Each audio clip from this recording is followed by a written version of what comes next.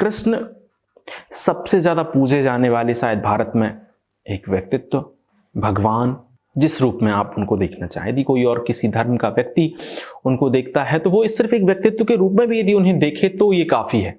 एक भक्त देखता है तो वो भगवान के रूप में ही देखेगा।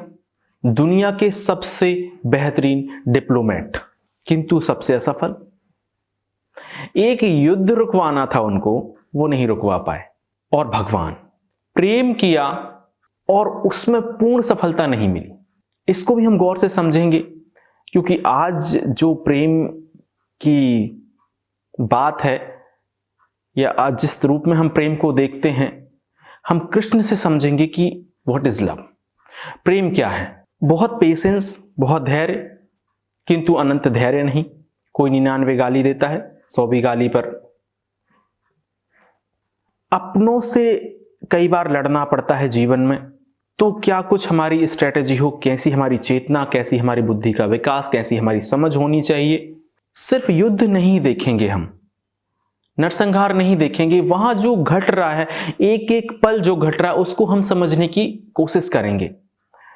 इस वजह से मैंने इस पुस्तक को, उन वक्तव्यों को चुना है, उस व्यक्तित्व को चुना है। हम भगवत गीता, कृष्ण ने क्या कहा उसके बारे में, श्रीमद् भागवत, कृष्ण ने क्या किया उसके बारे में।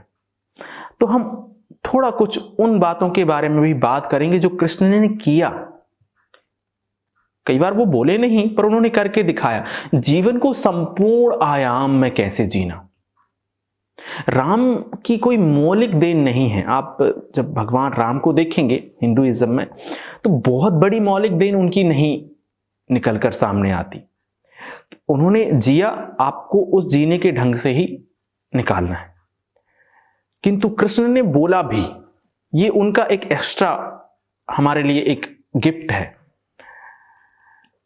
राम जी के कुछ कृत्य ऐसे हैं जिन पर आप प्रश्न चिन्ह लगा सकते हैं, लगाते हैं लोग। और कृष्ण के सारे कृत्य क्लेरिफाई हो सकता है, उन पर प्रश्न चिन्ह हो, उनके महाराज पर प्रश्न चिन्ह होते हैं। ये समझ का फेर है इंटेलिजेंस का, कि वो किस तौर पर इसको देखते हैं। तो हम उनको भी बातों को क्लियर करेंगे ताकि हम उस व्यक्तित्व को समझ सकें कि पूर्ण आयाम में जीना क्या होता है। उन्होंने बचपन जिया बहुत कमाल के ढंग से, बेमिसाल ढंग से, जैसे जिया जाना चाहिए। वो कोई बचपन से ही प्रौढ़ हो गए हों, उन्होंने बड़ों जैसी हरकतें चालू कर दी हों, ऐसा कुछ नहीं करा। उन्होंने किशोर जिया, एक बेमिसाल ढंग से प्रेम किया। वो युवा हुए, किशोर हुए। एक चरवाहे हैं, गायें चराते हैं, अब एक साम्राज्य चला रहे हैं द्वारिका में। इसको समझना, दोस्त उनके राजा भी हैं और ऐसे दोस्त जिनके पास खाने के लाले।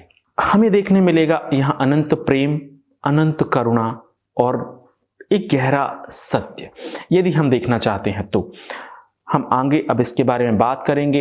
हो सकता है ये जो हम अभी बात कर रहे हैं बहुत लंबी हो, किंतु हम प्रतिदिन, मुझे पता है कि आप सभी व्यस्त हैं और मैं खासकर उन लोगों से बात करना चाहता हूं जो 18 से 35 है। हमें समझना होगा जीवन क्यों है, कैसे काम करता है, इसका सबसे बेहतर ढंग से उपयोग किस तौर पर किया जा सकता है।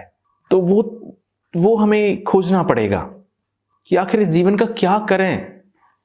है सब कुछ है तो और क्या कर सकते हैं।